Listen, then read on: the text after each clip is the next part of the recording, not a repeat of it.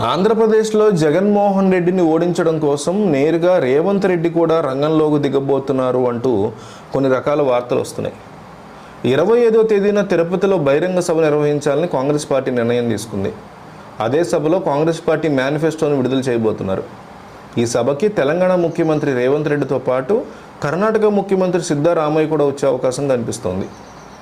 ఆంధ్రప్రదేశ్లో పీసీసీ చీఫ్గా బాధ్యతలు తీసుకున్న తర్వాత షర్మిల 2 సార్లు విస్తృతంగా పర్యటన చేశారు. అయితే ముఖ్యమైన నాయకులతో ఒక బహిరంగ సభను ఇంకా ప్లాన్ చేసుకోలేదు.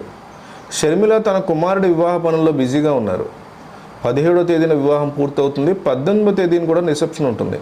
అందుకే 25వ తేదీన బహిరంగ సభ ఏర్పాటు చేశారు. తిరుపతిలో భారీగా జన సమీకరణ చేయాలని నిర్ణయించుకున్నారు. ఇటీవల షర్మిల రేవంత్ రెడ్డిని కలిసి ఏపీ రాజకీయాల మీద చర్చించారు. కాంగ్రెస్ పార్టీ బలోపేతం కోసం ఏం చేయాలన్న దాని మీద మాట్లాడుకున్నారు. బహిరంగ సభలకి తాను హాజరవుతానని రేవంత్ రెడ్డి భరోసా ఇచ్చినట్టు చెప్తున్నారు.